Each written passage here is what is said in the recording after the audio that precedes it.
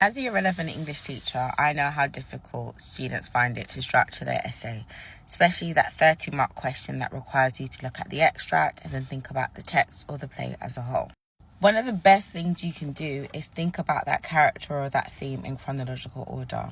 Yes, it does say starting with this extract, but a way to show off to the examiners that you know the character arc or you know how that theme develops is thinking about how is it presented from the beginning, the middle, and the end. And that is why I use the beginning, middle, end method.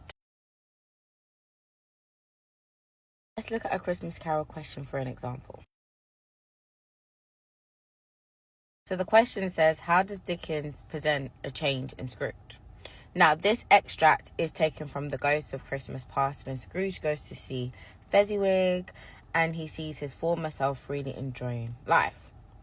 And yes, the question focuses on change, but in order to talk about change, let's talk about what he changes from. So if it were me that were doing this essay, I would talk about how Dickens presents Scrooge at the beginning of the novel.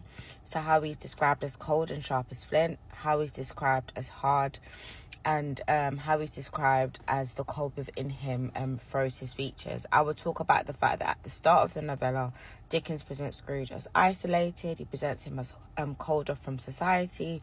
He presents him as really kind of like pessimistic.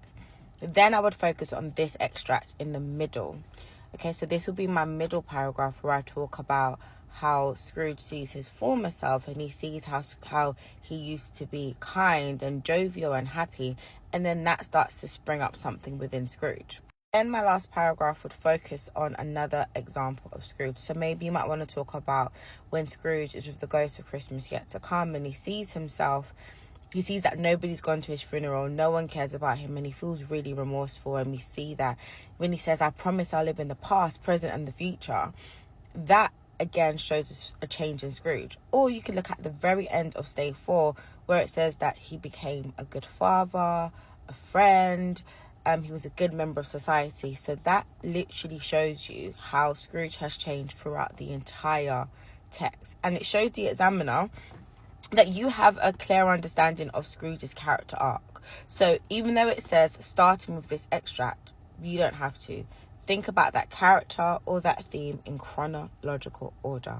I promise you, it shows a depth of understanding about the text, and examiners really appreciate that.